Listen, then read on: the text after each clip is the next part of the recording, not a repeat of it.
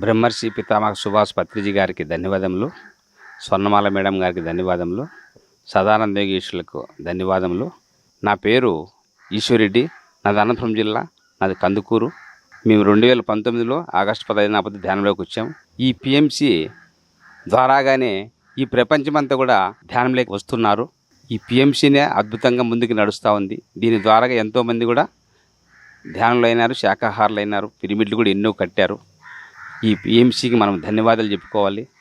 PMC ద్వారాగా ప్రతి ఒక్క పల్లికి పోవడము, ప్రతి ఒక్క ఇంటికి చేరడము, వాళ్ళ ద్వారాగా ఎంతోమంది ధ్యానులు కావడము, శాకాహారులు కావడము, పిరమిడ్ మాస్టర్లుగా ఎంతోమంది ఎదిగారు, శాకాహారులు అయ్యారు. పిఎంసిలో పత్రిసారి ఎన్నో క్లాసులు ఆయన అనుభవాలు అన్నీ వింటూ మేము ధ్యానంలోకి వచ్చాం. చాలామంది కూడా వచ్చారు. ఈ ప్రపంచమే ఆ పిఎంసి ద్వారాగానే అద్భుతంగా ముందుకి నడుస్తూ ఉంది. ఇంకా ముందుకు బాగా నడచాలని మేము ఎంతో ఆశిస్తున్నాము.